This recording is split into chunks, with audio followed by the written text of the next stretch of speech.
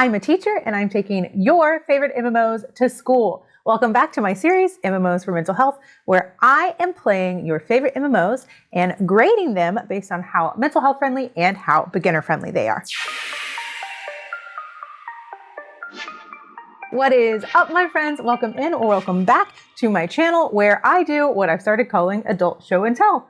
I am an English teacher by day, mental health gamer, and hobby artist by night. And I'm just here to share the things that I love with other people who also love them. If that sounds like something you enjoy, appreciate it if you like this video and drop a follow. Now, let's get to class.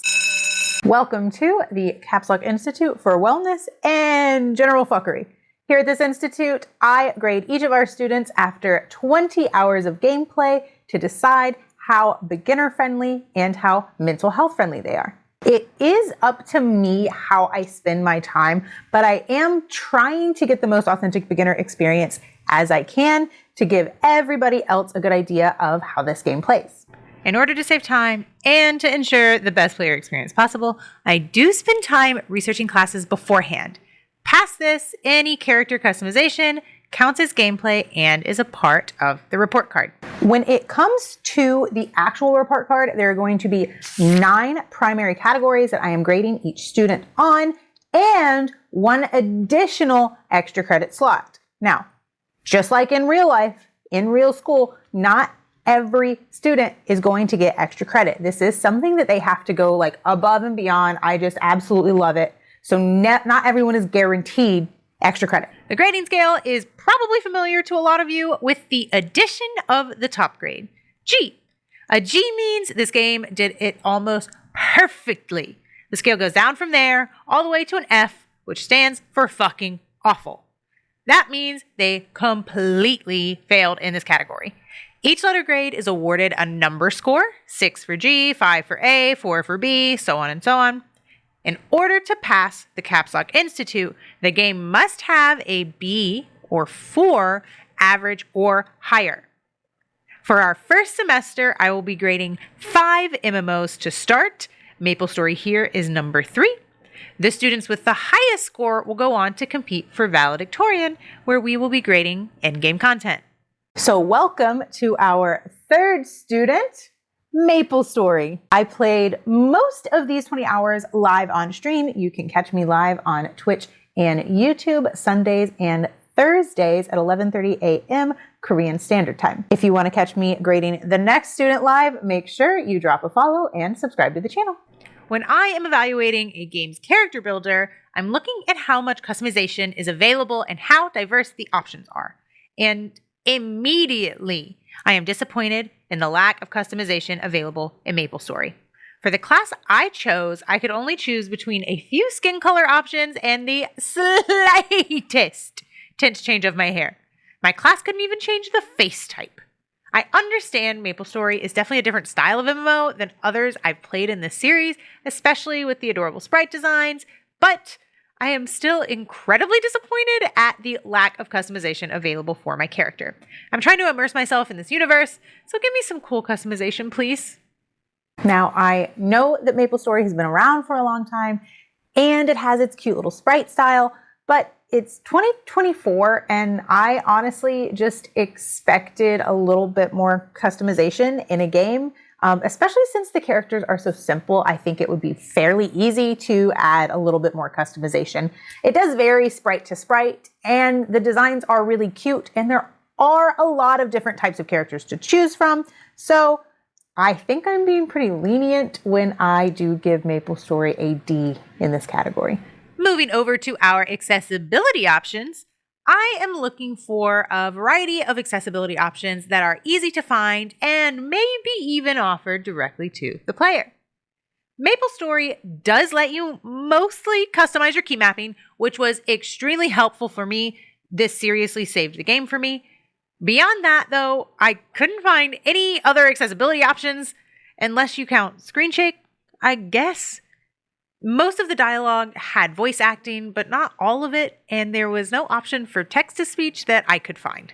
Accessibility is just a big issue in games still these days, and I really don't understand why. MapleStory does a really good job of having a lot of text on the screen that's really easy to read, but a lot of times there's dialogue where you can't turn captions on or off. I couldn't find any colorblind settings, and honestly, I couldn't find any accessibility options at all besides the screen shake and being able to map my keys. I don't even know if that's even really considered accessibility. So I do just have to say I'm disappointed once again, and we're getting another D in this category. Our next grading category, low community toxicity, is pretty self-explanatory. How bad is the community? How do they treat beginners in the game? MapleStory has been around for a long time. I remember first playing it when I was in 8th or 9th grade, and I'm 32 now. It has a steadfast community that loves this game. There were a couple of very kind people who popped into my chat to help me out as I progressed through this game.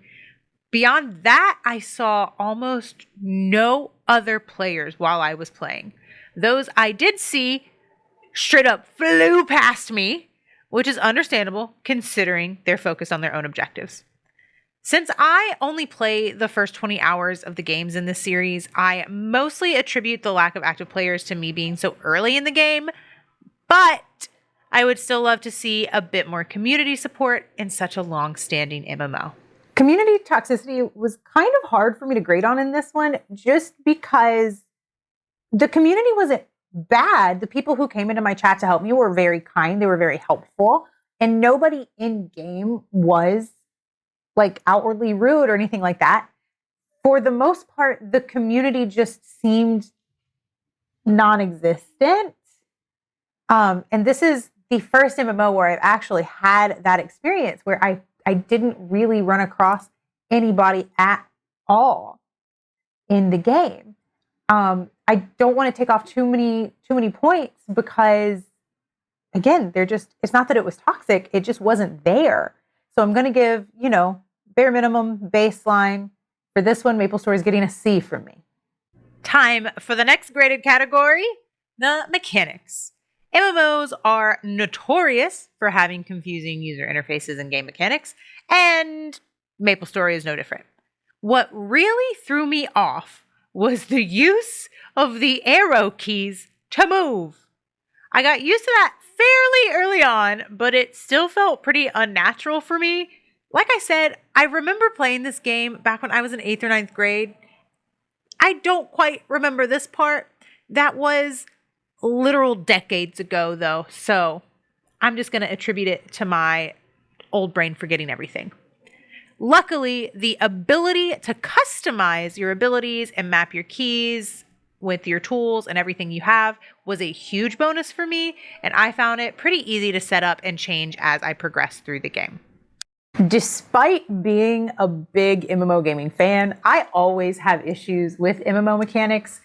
MapleStory really takes the cake here, I think, for using the arrow keys. I legitimately cannot think of any modern game that I've played that uses the arrow keys for movement. So that really just threw me for a loop. I got used to it. It wasn't so bad. It just was very unusual for me. And overall, the key settings that the game comes with kind of out of the box were just a little strange for me. And so it might be hard if you are accustomed to PC gaming. If you're used to WSD, things like that, it might be a little bit of a learning curve. But overall, for just general beginners, I think it's pretty simple to grasp onto. If you're looking at the key mapping, it's very easy to just drag and drop things where you want them to. And so while it was a little uncomfortable for me, it didn't affect my gameplay in any way. And so for that, MapleStory gets a B for controls for me. For our next category, I want to talk about consequences. With any game, it obviously makes sense for there to be consequences if a player makes a mistake, but what I'm looking at here is exactly how high these stakes are at the very beginning of the game. In these first 20 hours that I'm playing, new players may still be learning mechanics and getting used to controls, and so if the consequences are too high, it can really be detrimental to their gameplay, impact the enjoyment the player has, and with newer players, really turn them off and make them stop playing the game earlier on. This legitimately might be the hardest category for me to grade MapleStory on. It is such a cute game, and it takes a lot to actually die, at least in these first 20 hours. So long as you're well stocked on mana and health potions, you will be good to go without a problem. If you do manage to die, however, it's not too punishing. You get teleported to the nearest town, typically only a few portals away. Unfortunately, they also nerf your experience gain, which is just sort of annoying. My biggest complaint: the respawn rates of the enemies. You can clear an entire room of enemies, only for them to start respawning literally immediately. As a beginning player, I think this could become quickly overwhelming and really daunting, especially once you get to the higher level enemies. The game itself is not difficult to learn or play, and dying doesn't ruin all of the progress you've made, but the insanely quick respawn of the enemies feels like a consequence in and of itself.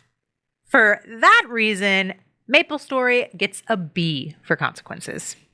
I'm probably going to hurt some feelings with this one, and that's just going to have to be the way it is.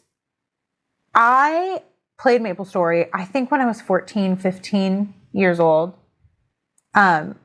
And I was really expecting to absolutely love this game just for nostalgia's sake. And that's not to say that I did not enjoy playing it, because I did. I had a blast playing this game. It's very different from any other MMO out there, I think. Being a side scroller, it's super cute. But I did have a hard time sticking with it. I found my interest fading very quickly, and I do primarily blame that on the fact that there's not much of a story to follow. My character that I chose has a cute little background story, and like you get into actual dialogue with a lot of the characters that you run into, which is really fun. There's definitely a story, and there's voice acting for most of the cutscenes, which we know I've been burned before on that one. But none of the story really grabbed my interest. It couldn't really hold on to me. I actually fell off of playing MapleStory and grading this report card for a few months just because it just wasn't catching in my brain right.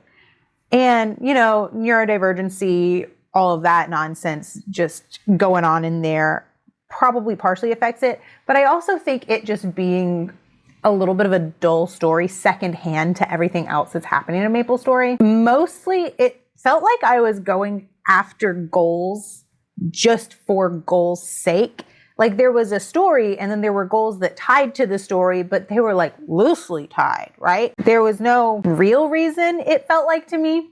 And maybe it's different for different classes. I did only play the one character in this run, so it could be different from person to person, but because of my experience in these 20 hours of MapleStory, I do have to give it an F.